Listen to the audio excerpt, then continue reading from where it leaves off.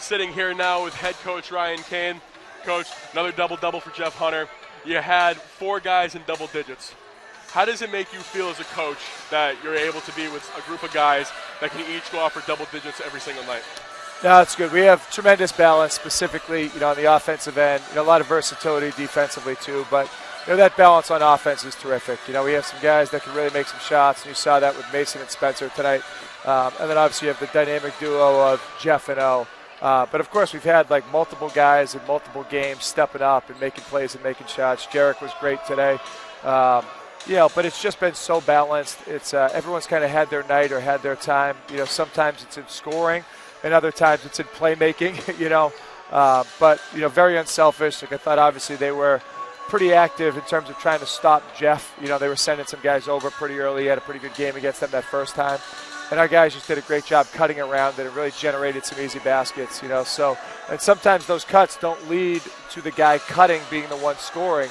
It may collapse the defense and get somebody else open. So even statistically, we're unselfish, and I thought even in terms of the type of plays that we made throughout the day that may not show up in a stat sheet, we were also pretty unselfish there too. But a lot of talent, a lot of balance. I think that's what makes us generally dangerous. Of course, we have some pretty high-end guys in terms of scoring, but it's really the depth of our roster that I think makes us tough to play against.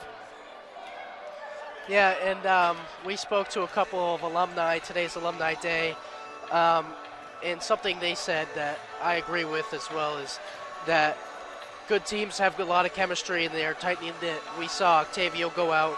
You guys were controlling the game. It was pretty close at that time. Octavio goes out and the energy goes up. So just talk about the chemistry of this team a little bit, and what does that mean when you see the whole bench just the energy goes up when your best player is off the field? This is as close of a group as we've ever had.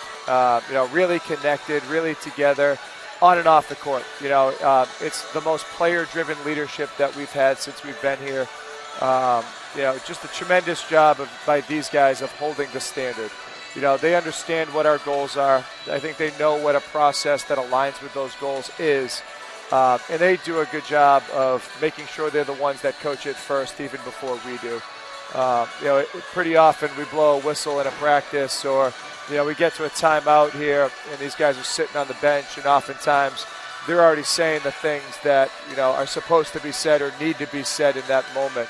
And I think that's kind of the indication of a team that has their head screwed on straight, that's trying to do the right stuff, that's working to have the right type of process that's going to put you in a position to play your best basketball at the end of the season. But it's off the court too. These guys are very close. I mean, you see it with the youth after a game. I mean, it's almost every time we have a team here. These guys are taking pictures and doing all that type of stuff. It's just the nature of who they are as people, as much as it is the type of players they are and the fact that they're close. Nate Stitchell in the house. I know you guys spoke with him today. Just a terrific example of a Keene State basketball player and the type of person that we've had in our program that set the example, I think, for ultimately what these guys are doing on a daily basis when it comes to that leadership. And then obviously referencing back to to Al, he was as good of a leader in terms of just holding guys accountable with the effort that he played with. I don't think that's a guy that you want to see on the other team by any means. So cool that we're able to engage with some guys that I think are the perfect example and very similar to the type of player that we have on our team right now. Yeah, and obviously the chemistry and how your team is player-led, player-built pretty much.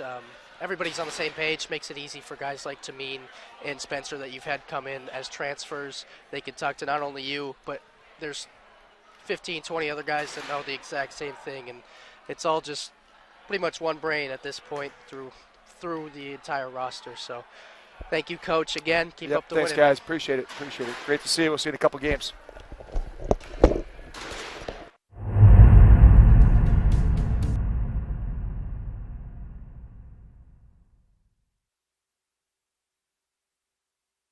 Ball team goes on the road twice this week, Wednesday at Plymouth State and then Saturday at Rhode Island College. But make sure to join us here on Owls Media Network next time they are home on February 1st at 7:30 p.m. against Eastern Connecticut State. That is red and white night. And again, this has been Logan Peranto and JJ LeBlanc. And for all of us here at Owls Media Network, have a good rest of your day. You have been watching a Keene State Athletics broadcast on the Owls Media Network. Please tune in to our next broadcast